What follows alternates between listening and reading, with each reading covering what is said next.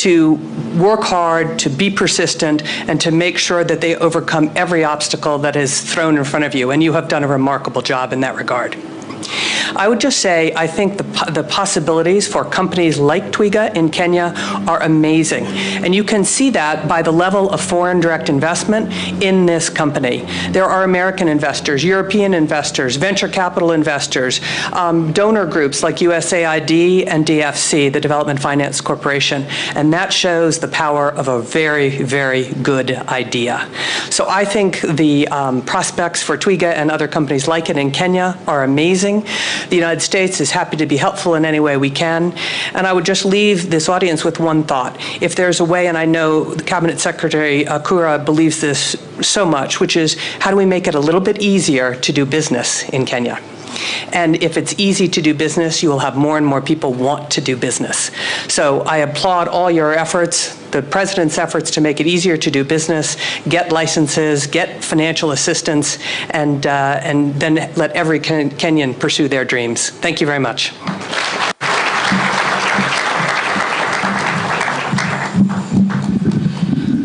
Your Excellency, today is about stories. Before I come to the story of Twiga, we have another story, the story of Tattoo City. And I want to applaud Stephen Jennings and the Tattoo City team. It is not easy. It is not easy, especially in this country, to close your ears to detractors. And there are many detractors. And this morning, Steve and I had a conversation and agreed that we are going to move until you tell us to stop. I know there's been a lot of, people to pull you back left and right, but I think your government and the work you've given us is to really promote foreign direct investment, promote domestic investment, and create an environment that is conducive for doing business. And there's one thing you've also taught us, to look at the positive side of people, not the negative side. If you want to see the negative side of people, you'll find so many negatives. But I think it's possible to focus on the positive things that are happening. So I want to assure Steve that we're going to sit together, as indeed the President has directed this morning, look at our framework for the special economic zones. We have got 13 privately licensed special economic zones in this country. And among them, very, very few have taken off. And Tattoo City is one of them. And I'm very proud of that. So we are going to work with Tattoo City to move, create a good benchmark for other private special economic zones, review the framework, and generally ensure that we are working together, because this is a shared responsibility between the private investors and ourselves. And I dare say that those people who are doing nothing should not fault those people who are trying to do something. So ours as a government is to support those people who are trying to do something, even if they're not perfect. I always believe that every sinner has a future and every angel has a past. So we will work together and fix those few issues and be able to move forward.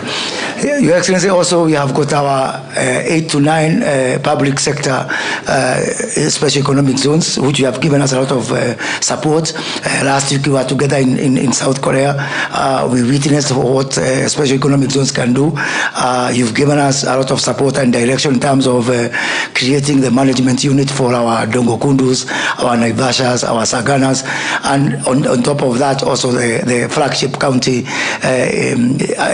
industrial parks that we're going to develop. So we'll work together, both from the private special economic zones and also the public economic zones. Let me now turn to the story of Twiga. I'm sure most people here are seeing the story of Twiga, the story of Peter and Jonjo, and a guy who sold his matrimonial home. And I see it differently, Your Excellency. The story of Twiga is the story of my mother.